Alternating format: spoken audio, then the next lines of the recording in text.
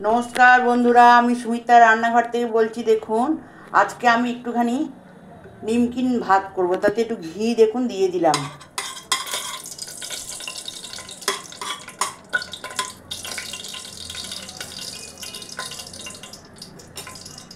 একটুখানি পেঁয়াজ রসুন দিয়ে এই ভাতটা আমি তৈরি করব।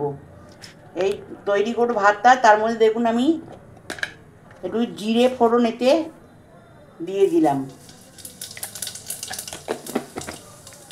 জিরে ফোড়ন দিয়ে দিলাম, আর দেখুন গোটা গরম মশলা আমি এটা ফোড়ন দিয়ে দিলাম। আর এটাতে কি মশলা দেব, এটাতে আমি একটুখানি পেঁয়াজ রসুন দিয়ে একটুখানি আদা গ্রেট করে নিয়েছি দেবো।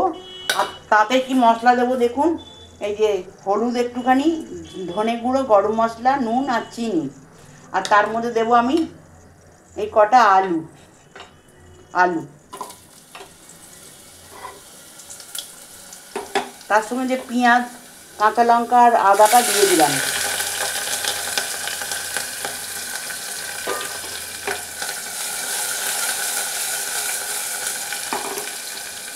এটা ভালো করে একটু ভেজে নিই, তারপরে এই মশলাগুলো সব আমি এতে দিয়ে দেবো।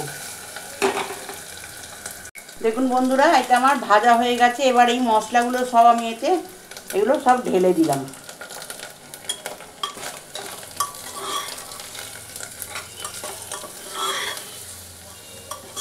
এটা নোনতা নোনতাও হবে, আবার মিষ্টি মিষ্টিও হবে।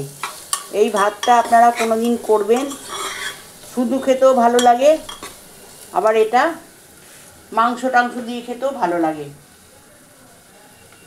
তো দেখুন, আমি চালটা ধুয়ে রেখে দিয়েছি, এই চালটা আমি এতে ঢেলে দিলাম।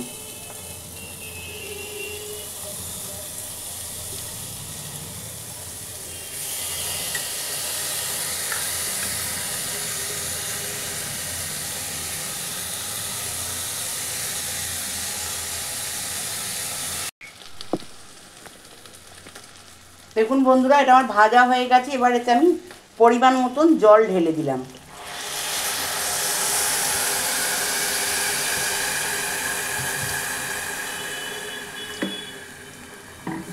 যতটুকু চাল নিয়েছিলাম তার ডবল জল দিয়ে দিলাম। এবার এটাকে একটা সিটি লাগলেই এই ভাতটা রেডি হয়ে যাবে।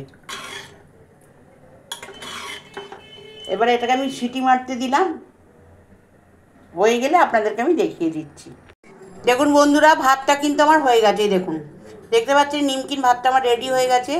এটা যদি আপনাদের ভালো লেগে থাকে, আপনারা আমায় সাবস্ক্রাইব করবেন, সাইডে থাকা বেলটা দাবিয়ে দেবেন, লাইক করবেন, শেয়ার করবেন, কমেন্টে অতি অবশ্যই লিখবেন আমি সুমিতার রান্নাঘর থেকে বললাম। এটা আপনারা পোলাও দিয়ে, এটা আপনার পোলাও টাইপেরই নিমকিন পোলাও। এটা মিষ্টি, নুন, ঝাল সব দেয়া আছে।